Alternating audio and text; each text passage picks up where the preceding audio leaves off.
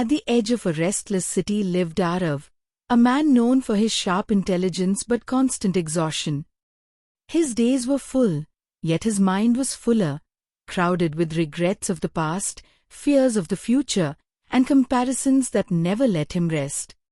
Even in silence, his thoughts were loud. Success did not bring peace, and failure never left him alone. Before we continue, welcome to Tiny Wisdom Tales, a place where simple stories carry deep meanings, and a few quiet minutes can change the way you think. Now, let's return to Arav's journey. One night, overwhelmed, he wandered beyond the city lights and climbed the small hill where an old monk lived in a simple hut. Arav asked the monk a single question: "How do I calm my mind?" The monk smiled, placed a cup on the ground, and began pouring tea into it. The cup filled, overflowed, and spilled onto the earth, yet the monk kept pouring. Arav interrupted. "Stop!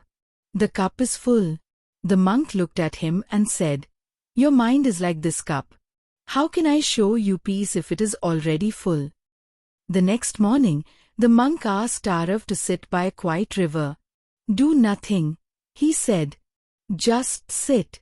Arav tried, but his thoughts rushed faster than the water: unfinished work, past mistakes, imagined failures.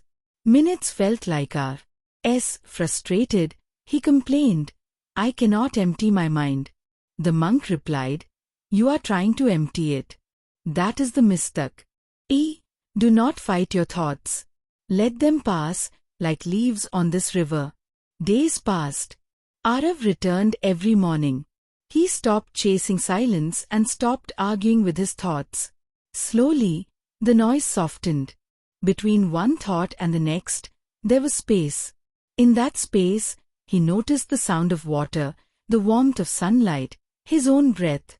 Nothing extraordinary, yet everything felt light. One afternoon, a storm arrived.